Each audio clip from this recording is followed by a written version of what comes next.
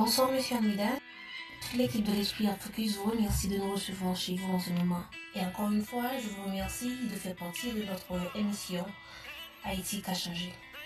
Et très rapidement, nous aimerions avoir vos impressions sur cette question d'actualité. Et donc, ex-policier et futur candidat aux prochaines élections présidentielles, cela vous dit quoi, un syndicat de la PNH? Merci de me questionner sur cette question d'actualité. Et parce que je suis toujours animé de ce réflexe de policier en dépit que j'ai laissé l'institution, et parce que je comprends que la société est un tout complexe, donc le problème d'un secteur va avoir tôt ou tard ses influences sur tous les autres secteurs. Donc, c'est important de répondre oui à votre invitation et vous donner du coup mes impressions sur cette question d'actualité. D'abord, je félicite ces jeunes qui ont fini par se responsabiliser pour défendre les droits de certains policiers, dans certains cas, qui subissent des abus de l'inspection générale et de certaines autorités et même de certaines organisations de droits humains. Selon vous, est-ce que les policiers vont aboutir à leur objectif? Vous savez, il y a 3 dimensions fondamentales à considérer dans toute démarche. D'abord, c'est la dimension juridique. Se questionner d'abord, oui ou non, est-ce que la Constitution leur donne droit à se doter de syndicats? Et à ce niveau, je pense qu'ils doivent se doter de cabinets d'avocats pour régler cette question. Et la deuxième dimension, c'est la dimension sociale. Parce que il se pourrait bien que vous ayez raison par rapport à un objectif. Mais la stratégie envoie un message qui provoque la société. Parce que souvent les mouvements sociaux s'accompagnent de déchets. Déchets liés aux infiltrations. Déchets liés à certains acteurs, à certains leaders politiques qui ont la capacité pour orienter le mouvement dans leur sens. Déchets liés au contexte d'apparition.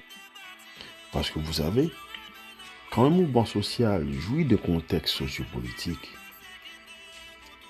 ce même contexte a mis sur ce mouvement. En ce sens que l'affaiblissement ou la disparition de ce contexte politique va affaiblir du coup le mouvement. Donc, c'est la perception qu'on va avoir de ce syndicat dépend de la stratégie. Et c'est à travers les stratégies qu'on va envoyer un message clair à toute la population pour leur rappeler que ce syndicat n'est pas créé pour affaiblir la police, mais pour la renforcer. Renforcer notre professionnalisme, renforcer notre devise qui est protéger et servir. Laisser comprendre au commandement de la police que ce n'est pas un syndicat qui va entrer en tac au tac, mais c'est ce syndicat qui est là pour vraiment, de bonne volonté, renforcer cette belle institution qui est la PNH.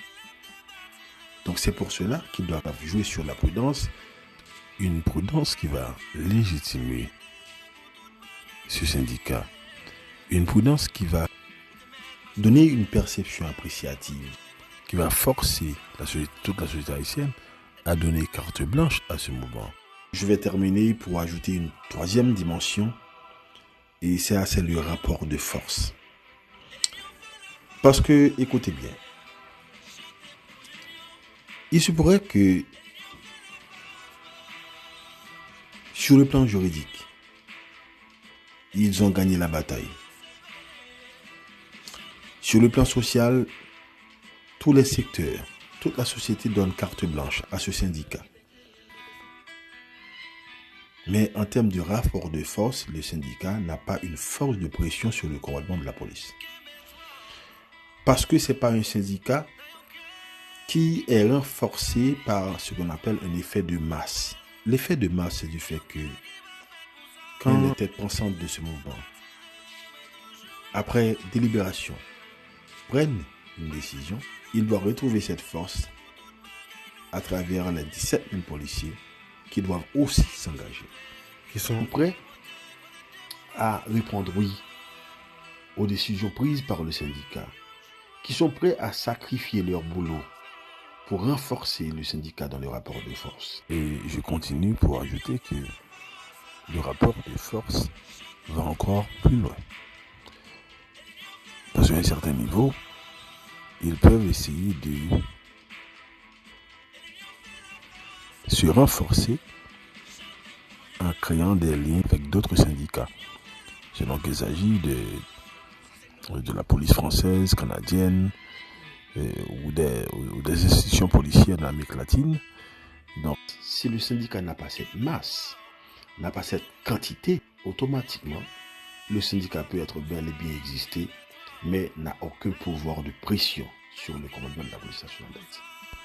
Mais avant tout, il faut qu'il gagne les combats sur le terrain juridique. Est-ce que cet outil représente une menace pour l'institution?